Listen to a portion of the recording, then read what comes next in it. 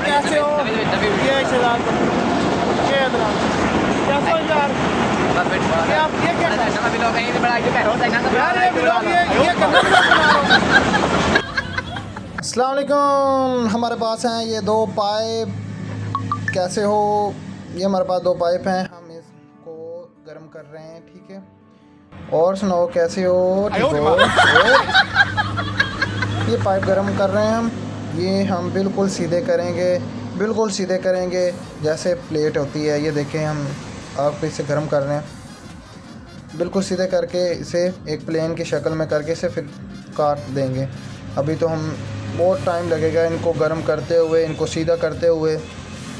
और ये हम गर्म कर रहे हैं। ऊपर ईंटें वगैरह भी रख देते हैं। ऊपर ही खड़े रहो, खड़े रहो।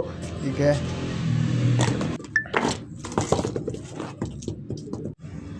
जी ये एक पाइप हो गया और ये एक दूसरा पाइप है, हम इसे भी करेंगे। इस पर ईंटें रख दो ना। हाँ बस ठीक है। ये दूसरा पाइप, ये हमारे पास दूसरा है। ये हम दूसरे को भी ठीक कर रहे हैं। ठीक है, ये आग भी आग जला रहे हैं और साथ में पाइप।